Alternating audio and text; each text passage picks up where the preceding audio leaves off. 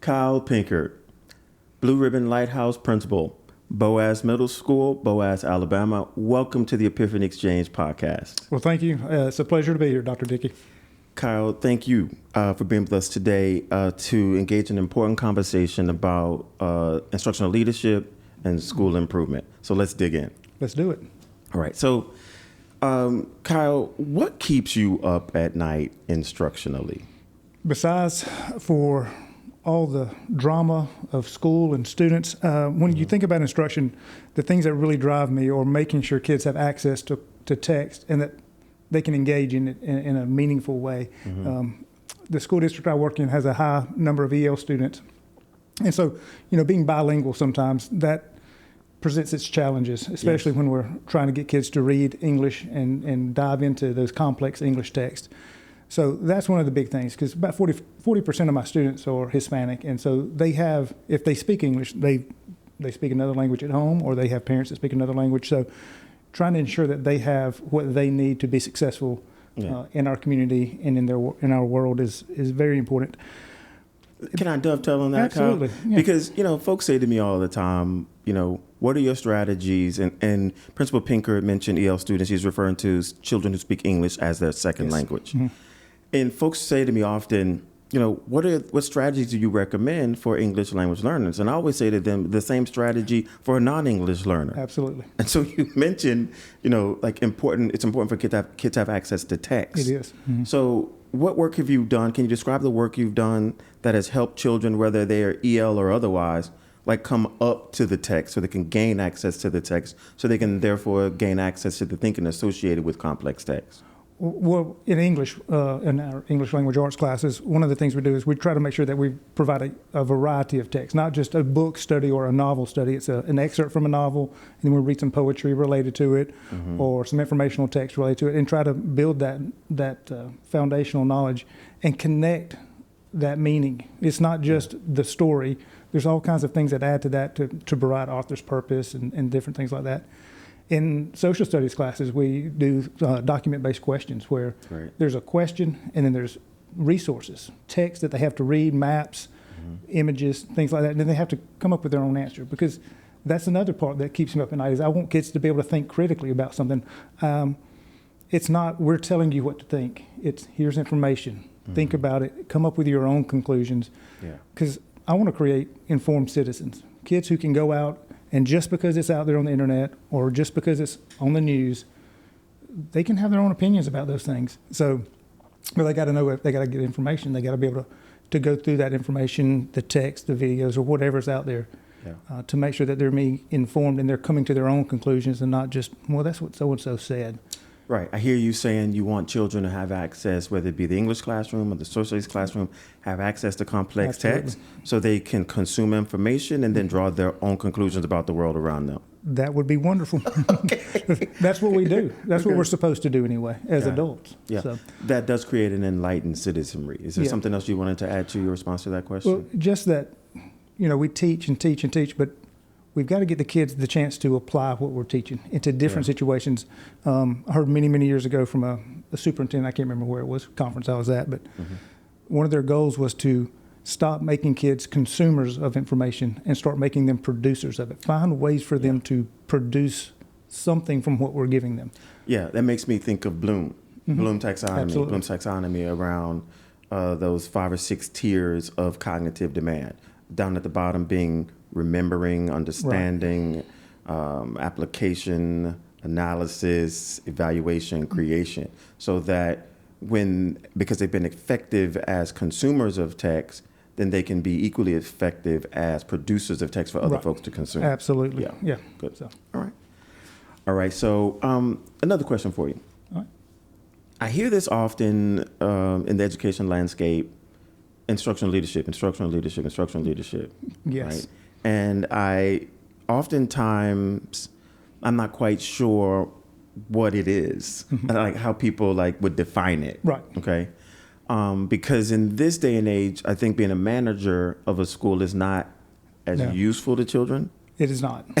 Although we still have to do that. I have Yes. to manage the school, but that instructional leadership part is a huge part of making school effective for everyone. Okay, so Principal Pinckard, I hear folks define instructional leadership in different ways. Right. So as a leader of not just theory, in the area of theory, but in the area of like being a practitioner, Yes. right? How would you define instructional leadership technically, but then in everyday terms? Okay.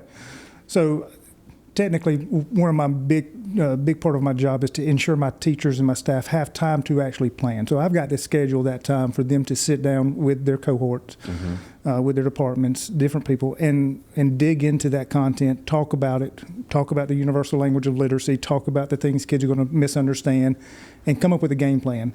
Not that I want them to teach exactly the same, because teaching is an art form, but I do want them to have the same path that they're going. So I've got to make sure they have the time to do that. If I'm always taking their planning time away and I'm not structuring it in a way that is intentional, then I can't even be an instructional leader. So I've got to give them the time, because they're the professionals. They're the ones they're the ones taking it and making it happen in the classroom. Yeah, so I hear you saying part of instructional leadership is creating time and space for members of your faculty to plan instruction. Yep. Think about misconceptions that children will have during before and during instruction, Yes. so that they can be ultra prepared to serve kids well. Absolutely. I hear you. Okay. Yep. What else? And there's a great, I'm not sure if you're familiar with it, there's a PLC guide, I believe, that Educational Epiphany has that works fairly well for that. Yeah. We've been utilizing that, and very good, very successful for our teachers. Guides them through that planning process. Now, before you go on this, since you brought it up, Yeah. like if this is like a debate, you call my name, so now I get a chance to respond. Absolutely. So we do have a professional learning community guide that is a set of questions. Yes. When I initially introduced it to you and your colleagues, what did you think about it being, instead of a list of declarative statements about planning, Right. instead a list of interrogatives? Right. It guides our discussion with our teachers. So when they come into my office every 2 weeks, and we sit down and we go through that process of talking, and it's great because usually the questions are there, and it guides their discussion. And we tell our teachers, this is not to just fill it in the box, because this is to talk about it. If you don't write anything down, I'm fine, but talk about these things. Figure out what's going to happen when you go back to the class, because you know what kids are going to struggle with. Let's talk about it as a group and figure out if we can find ways to address those problems before they happen. Right. So the questions in the PLC guide include some of the following. Well, what standard is your instruction addressing? Yes. Therefore, what objective might you present to students as the learner target for a series of learning opportunities, teaching learning opportunities? What concepts are embedded in the standard? So if the standard is on summarizing, then summary, being able to compose a summary is the concept that's in the standard. And we all need to know what summary means so that we can communicate on the same level. This is what a summary is to our students. Across grade levels and disciplines. Absolutely. And so asking that question, even if one does not write anything down in the professional learning community, the thought is what matters. Yes. What words have to be taught to kids if they're going to be successful with the objective that came from the standard that's been chosen. Right. And so, but aren't those like common questions? They are very common questions, but I don't think we take the time to intentionally talk about them, especially in a group of educators. I think sometimes we just assume we all know those things, and we don't. Got it. What a graphic organizer might be useful in this lesson? Right. If there is one that might be Right. useful. Has it been pre-identified before students walk into the classroom? What questions will be posed to children? And you see that PLC guide, we have one for ELA, for math, for science, for social studies. How has that resulted, when you walk into a classroom, what do you see differently because of the use of the PLC guide? Well, my departments are kind of grouped in the hallways together, so I can walk from room to room, and typically my teachers are in the same area, the same neighborhood of the content, but I see them talking about the same types of things, getting kids to do some of the same type of work. And it's different because teachers are different. And again, we're not all the same, but the core of it is the same. And so a kid could move from class to class and receive the same type of instruction, just a little different taste. Yeah. So creativity retained. Absolutely. Foundation laid. Absolutely. Got it. Yeah. Okay. So you were describing instructional leadership before I so rudely interrupted you. No, you did not interrupt. Okay. I mean, and again, if we're planning together, we got to implement, or we got to monitor our implementation of it. I mean, we can't just come and have a conversation and then go back to the room and do whatever. So there has to be some implementation monitoring, walking around, seeing in classrooms, talking to kids, things of that nature. Because kids will tell you. They'll tell you. Yes, they will. I had a kid tell me I was visiting a group of schools in North Carolina, and the kids, she recognized me from one of the posters in the classroom. She said, "Come here." So I went over and she said, "They don't act like this when you're not here." They don't. And sometimes I don't even walk into classrooms because that's what happens. They do different things. So I just look in through the window just to see what's going on. And then they'll look at me and they'll see me and they're like, "Ooh." Yeah. So are you suggesting that instructional leadership establishes accountability? It does. It should. If leadership is laying out expectations and they're valid expectations, and then teachers as professionals should be implementing those expectations. What about when folks say that they're overwhelmed? Does instructional leadership create that atmosphere? It can if it's not done right. And that kind of gets into the practical application of instructional leadership. I mean, every one of my teachers is a human being, and they have families, they have husbands, wives, children. And so remembering that is a very important part of what I do is, sometimes I walk in, I see kids, doing things they shouldn't do, and teachers will come out and say, "Oh, this is going on, this is going on." I'm like, it's fine. Like, I understand we're dealing with human beings. Sure. There's no silver bullet that's going to make everything go just the right way. And that comes with, we got to have some grace and some forgiveness. Yeah. I think we as instructional leaders, as former principal myself, that we do have a responsibility to establish the North Star. Right. And then as Hyphen and Linsky said in their book, Leadership on the Line, 2008, I like to quote books now, turn the temperature up so that people know that we're in this business to help children, but then turn it down enough for folks to be able to function. Right. Okay. And again, I mean, I've got some great teachers in my building, and they're always apologizing. "I'm sorry, I'm 10 minutes late." I'm like, "No, don't apologize. You're taking your kid to school." That's right. Or, "Hey, can I go watch my kid do this in kindergarten graduation, go to book fair?" "Absolutely. I'm going to cover your class for you." That's instructional leadership, because I think it takes some of that personal stuff off the table, and you can be an adult. You can take care of your family and do this job. I tell teachers all the time, if you can't take care of your family, you can't take care of these kids. Yeah. Because you cannot sacrifice your own family for the job. Got it. Because then you'll resent it. Absolutely. Very easily. Very easily. Okay. And then everything does become a chore. Yeah. So on behalf of, folks who are watching who have, worked with folks who are less than human. Yes. We apologize. Absolutely. And Kyle's not one of those people. I try not to be. Okay, good. So how long have you been an educational leader?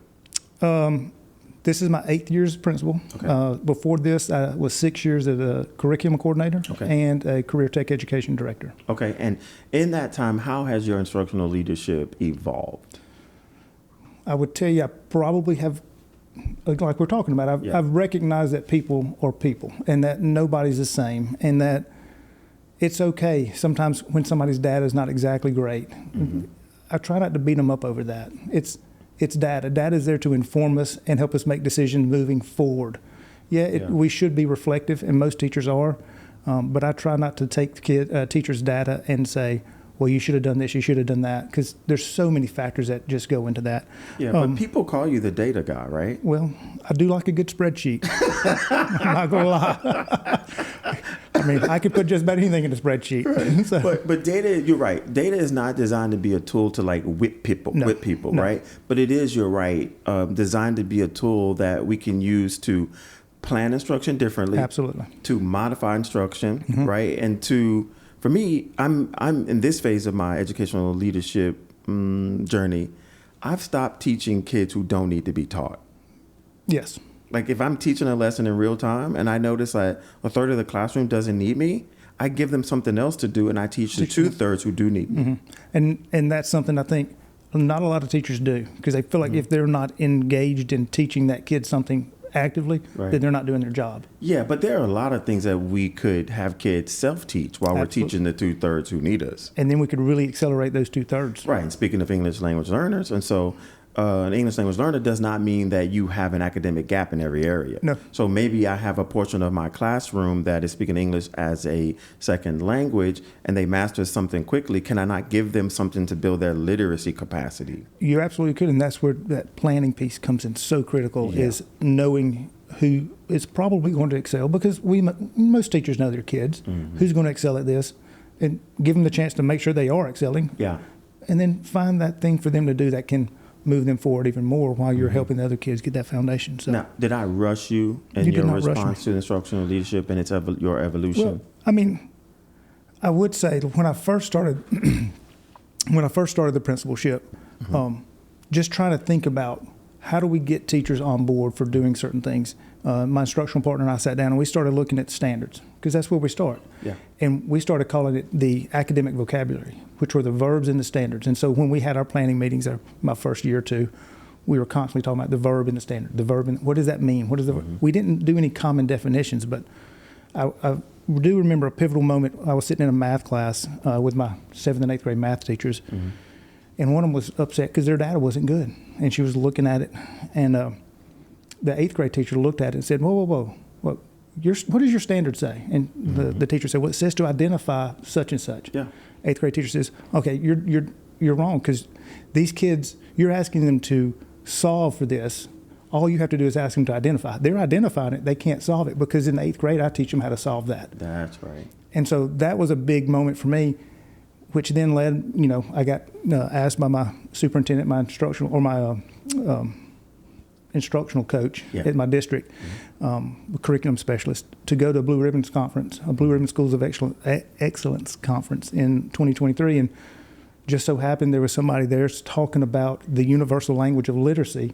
Bingo. Yeah, I believe it was you. Yes, sir. And I was like, that was it. That was kind of a light bulb for me. It's like, that's what we're doing. I just didn't have a good name for it, a good process for doing that. And then we started working with you in the performance-based objectives. That's exactly what we were trying to get to, but you provided that framework for us to kind of accelerate where we're at, to really focus on, this is what the standard says. Do the kids understand what it means? Can they define what it means? And then can we teach to that definition? Yeah, because you're right in that keynote speech, and I've keynoted there 5 consecutive years, so they've been very kind to us.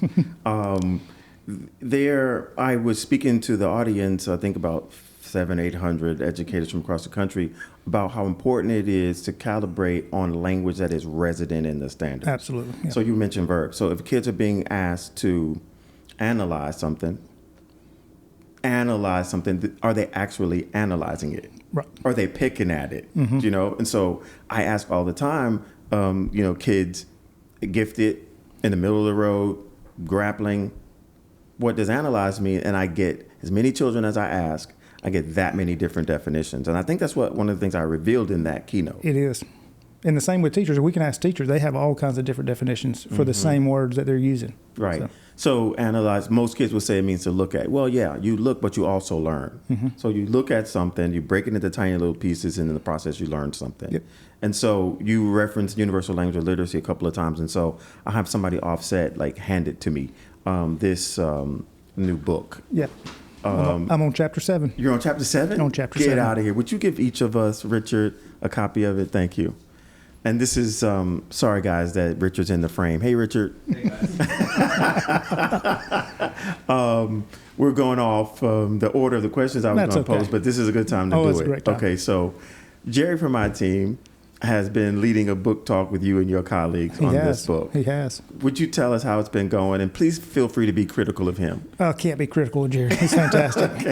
It is. We've only had one meeting, but it was on the first 3 chapters.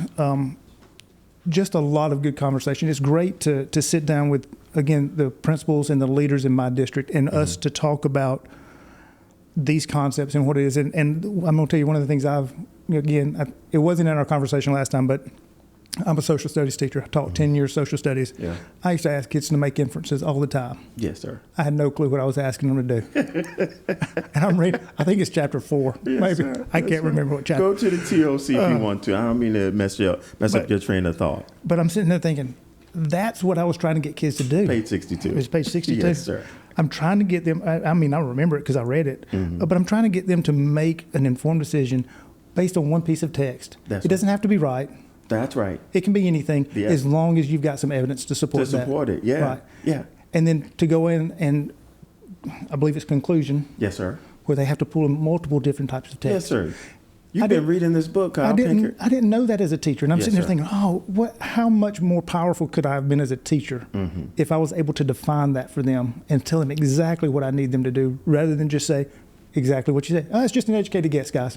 Right, and then move on. Yep. And then their thinking skills get diminished over time. Yeah, absolutely. Across grade levels and content areas. And so what I did here is, Principal Pinckard, I took the most common concepts that cross grade levels and disciplines. In fact, they in real time, they may not, but they should Yes. cross grade levels and disciplines. Because we're going to make inferences in science. That's right. We're going to make inferences in social studies, ELA, art, music, yes? And I tell you, I love the questions that you've got here that just guide a teacher. I wish I would have had something like this that, define identity. Define identify. Well, what is a historical event? Yes. Like, those were things I just made assumptions that kids knew because I did. But it's those questions are, Principal Pinckard is talking about guiding questions that we use in this book relative to each of the concepts. Yes. So that kids can get like an on-ramp to the thinking associated with the critical concept. Right. Like a critical concept like drawing inferences. Okay, so before we move on from this text, what's the most compelling takeaway from your first 7 chapters into this book? Last week, sometime as I was preparing for our meeting, which didn't happen because of weather delay we had, I wrote a question in the book of what if we actually stopped teaching science and social studies and started teaching kids how to read science and social studies? Because right now, because I did it, I got caught. We're going to talk about social studies. We're going to talk about the events that happened. But what if I taught kids how to read those things so that they could discover them themselves, rather than me giving them the notes and then asking them questions about what I know to see if they know what I know? Yeah. Because if most of what kids are consuming is what has been lectured into their heads, then you can control their thinking. Oh, absolutely. Which means you can control a nation, you can control the world. And I used to mess with my kids. I taught 11th graders, even my AP kids. I'm like, guys, I got power. They're like, no, you don't. I'm like, yes, I do. I'll tell you anything I want to, and you will believe it. And they started looking at me. Right. If you don't question it, and I tell it, and I'm convincing enough, you will believe whatever I tell you. That's right. And reading is the first step, right? Yeah. Because then after I become an able reader, then I can detect biases. Absolutely. But if I can't even read it yet, then my ability to identify the extent to which someone's trying to control my thinking and my behavior, I don't have it. Nope. Okay. All right. So with all of that said, 70% of the nation's children have yet to reach the grade level reading expectation. It's a hard truth, but it's nonetheless the truth. So what is the junior high, middle school solution to helping kids to become better readers?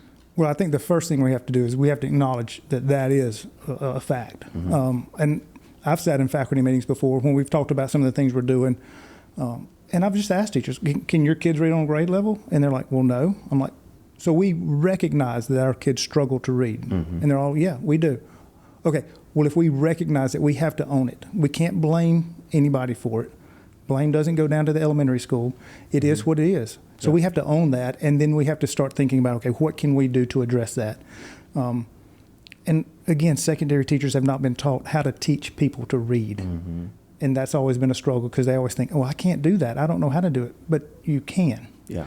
And the framework is there for breaking those words down and giving kids the text, especially complex text, and then supporting it with some non-complex text to help, bring meaning in. Yeah. But I tell you, I've listened to your podcast, and one of the moments I remember I was driving back from my dad's house listening to it, and y'all were talking about there are a finite number of graphemes, phonemes, all those things I don't know anything about because I was trained to be a social studies teacher in high school. Right. I don't know what a grapheme is, but I'm thinking there's a finite number of those. And we can teach kids that. And if they're struggling, especially in my school where there are students who struggle to just form the different sounds because they don't hear them at home. So how do I find time as the instructional leader? How do I find time to make sure we can provide some of that and still keep the core classes intact, teachers moving forward, but to provide some of that intervention for them? Well, I'm champing at the bit here to get in here on this. Jump in. So as a former middle school principal myself for 7 years, you're right. Folks on the team said, well, they came this way. Yep. And so I said, well, what's at the end of each of our titles?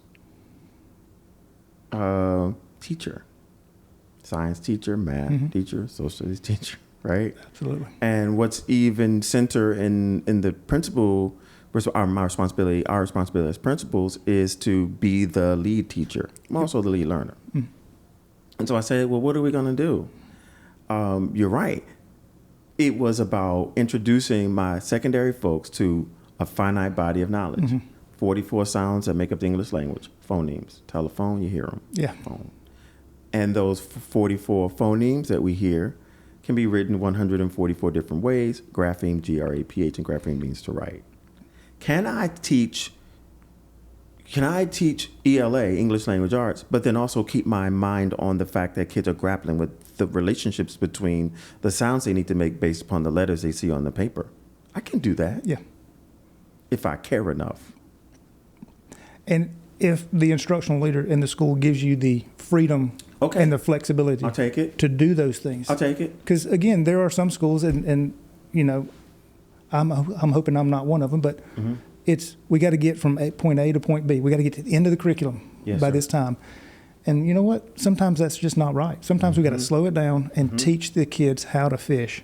That's right. So they can fish on their own later. Correct. Which takes me to the point I would make about the kids understanding the relationship between the phonemes and the graphemes, because one of the things we did with your people is we said, hey, let's look at these 44 phonemes and 144 graphemes. That let's recognize that k could be spelled 6 ways: C, C-K, C-H, C-C, Q-U-E, C-K, if I didn't say that one right, C-K, C-K, C-C, C-C. C-C-Q-U-E. You know, 6 of them. I don't know the 6 of them. Okay, so let me give them the 6 of them because I do know the 6. Let me see. And I, as a middle school principal, I know I didn't know the 6 initially. Yeah. But we kept coming up against, 10, 20% improvement ceiling. We couldn't get past 20% more kids proficient from the previous year. And it was because kids could not consume the text, the point you were making earlier. So when kids know that k could be spelled with a C as in cat, a K as in kitten, a CH as in school, a CK as in duck, a CC as in occur, and a QUE as in antique, when they see those graphemes on the paper, they don't stumble. Because they know it's the same phoneme, just written a different way.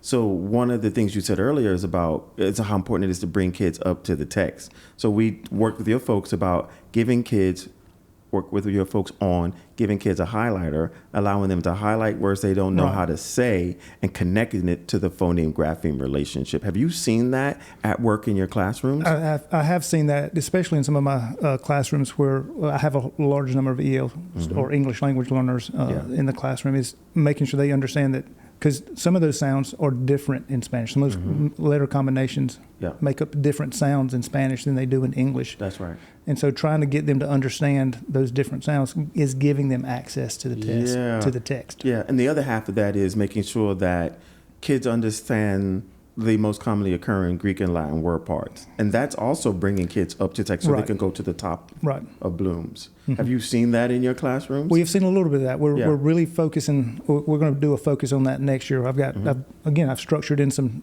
intervention time during the middle of my day where we're going to explicitly teach kids prefixes, root words, and suffixes, and then give them chances to show us, like, okay, if that's the word, break it apart, and use that. And it's not inside a core class. It's time I've scheduled. It's kind of an intervention period. It's going to be about 30 minutes twice a week where we can really hone in on some of those things. And once they show me that they can do those things and understand that, we're going to let them make little book clubs and read. That's right. With groups. Using the knowledge that they learn. Absolutely. Because the other half of reading that's paired with decoding, understanding the relationship between phonemes and graphemes is creating meaning, Right. which is predicated upon one's understanding of the most commonly occurring prefixes, roots, and suffixes, which make up the language of Spanish, French, you name it. Yeah. Okay. All right. So what's the toughest part, Principal Pinckard, of being a school leader? Is it the budgets and the boilers and the buses? It's really not, because those things, if you find the time, you can sit down, you can work on them. I can create a spreadsheet, I can make a budget, and then we can buy things, right? I got a set amount of money, I can budget for it. The hardest thing is when we recognize a problem, we know what the problem is, and then there's pushback from people on, well, I don't want to do any more PD. I just need more planning time. No, we don't need more planning time. We need more focused planning time. And so sometimes it's I sit in meetings and we hear, this is the problem, and then you get the pushback from people like, I don't know if that's good. Then that can be the hardest part. And again, I was guilty of this as a teacher, looking at the administration like, oh, they don't know what's going on. And, balancing that to making sure you're in classes and teachers understand, like, yeah, I'm not in the class every single day, but I do have an understanding of what it means to stand up and teach. And that's why I try when I'm out and about walking around, my assistant principal and I, if a teacher's got to step out to take a phone call or to the bathroom, I'm hopping in and I'm trying my best to keep teaching.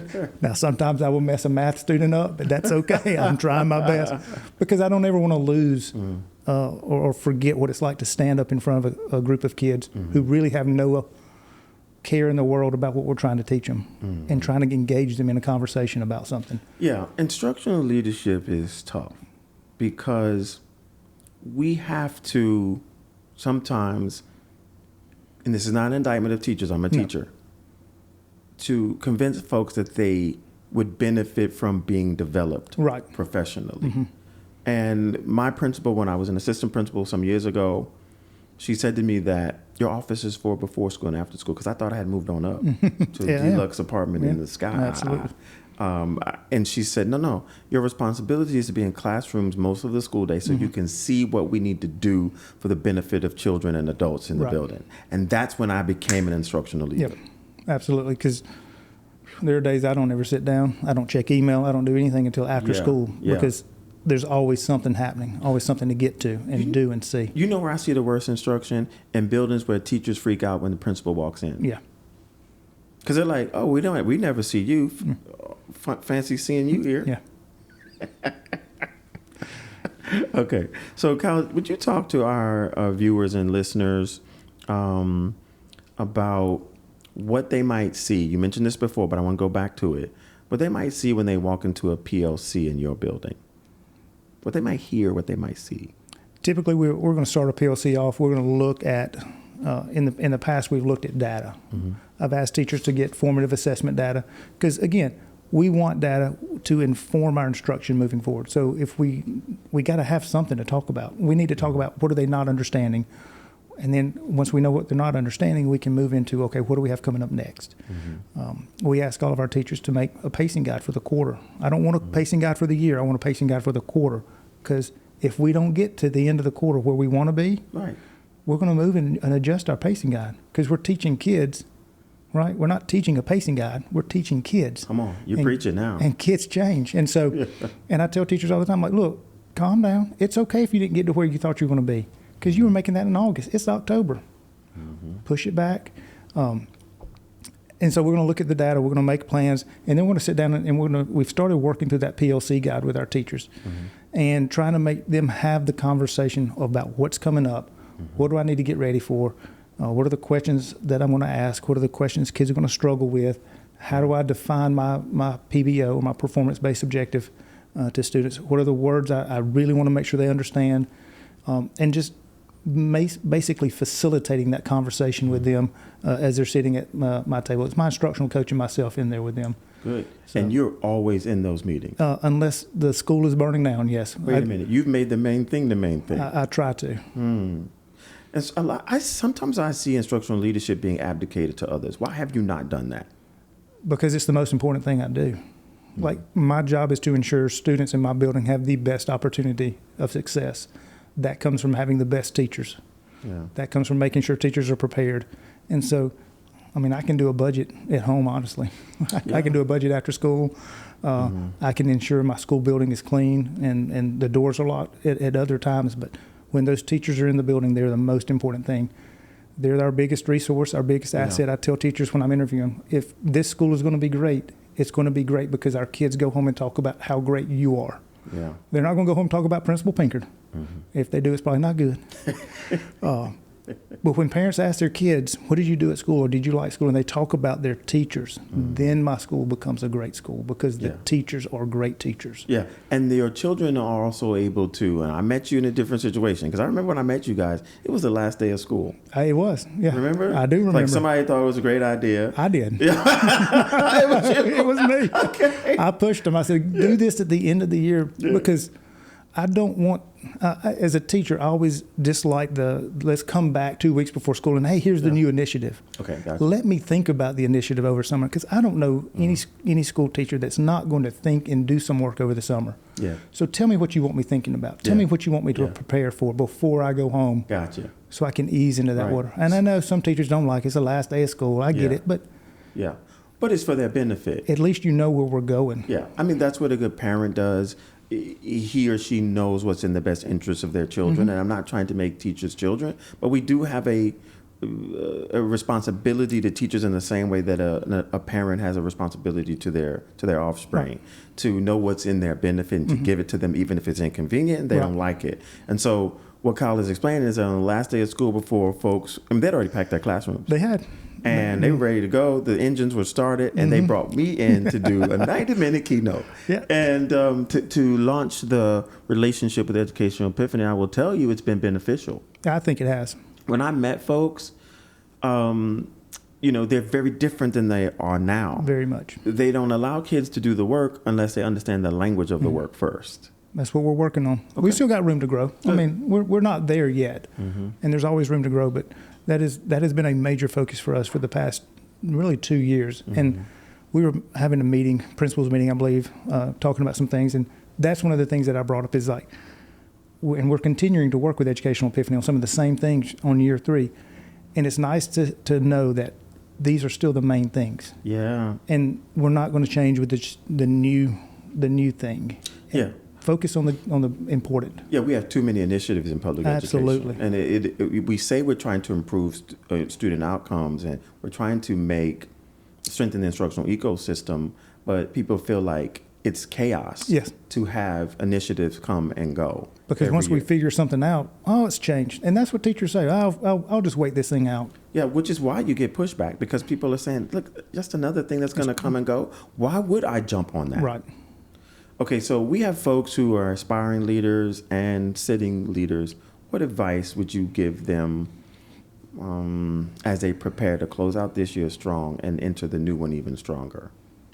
I would definitely say, and this is one of the things I've tried to do every year, make sure you're having those end-of-year conversations with your teachers, making sure they know, hey, these are some things we're going to be working on next year. This is where I can see you improving. This is where I see you doing a great job. And just wait a minute, you have the nerve to say this is where I could see you improving? Because a lot of folks, they don't lead with the truth like that. I try to, I'm not trying to be harsh or anything, but because I can improve as well, which is what I expect my superintendent and my district leaders to come and talk to me about. But, I'm a coach. I used to coach baseball as well. We don't work on the things we're great at. We work on the things we struggle with. That's how we get better. Wow. And so making sure that, again, I'm not beating them over the head with anything, but if I think there's something that they need to work on, we're going to talk about it. Wow. And it's going to be individual. I'm not going to send a mass email reminding everybody. I call that spray and pray. Yeah. That the people you want to hear it. They don't. Okay. They don't. They don't hear it. The people that are doing everything you want to do right, they start to worry like, oh my gosh, is he talking about me? Sure. And the people who are doing what you don't want them to do think, well, I'm not the only one. That's right. So you're direct to source. I try to be direct to source. Okay, good. They're hard conversations. They're not fun. I don't enjoy them, but they're important to have. And sometimes, a teacher may not agree, and sometimes that means they find a school that they fit in better. And that's okay. Okay. So But I try to make sure that, one, teachers know what their schedule is going to be when they come back. Okay, good. So we can start planning, especially if I'm changing a subject that you're teaching. Yeah. But I try to make sure they know what their schedule is going to be, what they're going to be teaching. If we've got any big district initiatives, anything coming out, we're going to talk this year, we're going to continue Educational Epiphany. We're going to make sure we're focusing on text. We're going to talk about the things that we're going to be doing next year, because I know what's coming down the pipe. Why not let them know so that they can prepare for it as much as possible? Good. Right. Well, I wish I could have had a principal like you. I don't know about that. Right. So on a personal note, in closing, Okay. There's something that our viewers and listeners may not know that makes your instructional leadership journey unique. Okay. Your own children, two, I know, some before these two, but currently two Yeah. of your children are students in your district. So they are in some ways subject to your instructional leadership writ large. They are. So as a father, not just as a principal, what has it meant to know that your instructional leadership vis-a-vis our partnership has resulted in significant academic progress for children? It's nice to know my kids are in a district. I've got one in high school, one in middle school right now, mm-hmm. Two of them in college. It's nice to know that we're focused on not just passing a test, doing it on ACAP or our ACT. Like that's a focus. That's what we want. But it's also exposing students to multiple different things. Mm-hmm. And sometimes being a principal's kid can be hard because everybody thinks, oh, they're getting the better stuff. I'm like, no, they're really not. They're getting treated worse than most kids because everybody thinks they get special treatment and they really don't. Mm-hmm. But just knowing the things that we're doing will help my students, my kids, be better prepared for a life after school. Mm-hmm. And they'll understand how to dive in and decode text and to make their own meaning of things. I don't want them to ever just believe something because that's what their mother and I believe. I want them to know why they believe what they believe. And if they disagree, great. Yeah. And so it's nice to know that my kids are in a school where we are talking about those things. We are trying to get them to understand what words mean and how to make their own meaning mm-hmm. after combining multiple sources together. Yeah. And again, when I start looking at teachers, and yes, I have to have difficult conversations. That's part of my job. But if I don't want my kid in your class, that's the first sign that you don't need to be in my school. Wow. And we have to have conversations about how do I help you get better? Because if I'm ever going to tell someone they can't teach in my school, before I do that, I've got to provide them with the opportunity to do and meet the expectations. Coach them up. Right. That's right. And if they can't be coached up, then maybe they can't be there. Mm-hmm. And that's okay. It doesn't mean they can't be a teacher. It just means they can't teach my kid, and therefore they can't teach kids in my district because I'm not going to let a kid be taught by someone I wouldn't let my own kids be taught by. That's right. It's very personal to me. Mm-hmm. And I want to make sure that every kid that I'm responsible for has the best teacher and instruction they can. Yeah. I mean, you shouldn't have to ask me what teacher do I put my kid in. Sure. Yeah. Probability should not determine the quality of mm-hmm. the schooling experience that the child receives. And I hear you. I hear your heart saying that I'm not going after people, but I am holding people to an expectation. Absolutely. Because not all pushback is the same. Some pushback comes from, folks not wanting to follow the leader. Some pushback comes from folks, going to the path or the course of least resistance. Right. Some pushback comes from people not fully understanding what they're being asked to do. So I never treat people all the same. Right. It sounds like you're not as well. I try not to, because we're not all the same. We all have different experiences. Good, yeah. And as teachers, Kyle, I said this to you earlier today, I cannot comfortably call myself a teacher and I don't allow myself to be taught. No, yeah. I don't know everything. I'm far from it. Mm-hmm. And so that's why I listen to podcasts and things, because I want to know graphemes and phonemes. What are those things? Yeah. What are they? Yeah. And how will they help me? And how will they help my kids? Yeah. The primary, if the principal is the primary learner, you don't have to worry about the test. No. The test will take care of itself. Absolutely. Kyle Pinckard, thanks for joining us today. It's been a pleasure. We appreciate you coming from Boaz, Alabama to see us in studio. Ladies and gentlemen, Kyle Pinckard, Principal, Boaz Middle School, a Blue Ribbon School of Excellence. Thank you for joining us today. For more information about our products and services, please visit our website at educationalepiphany.com. Take care.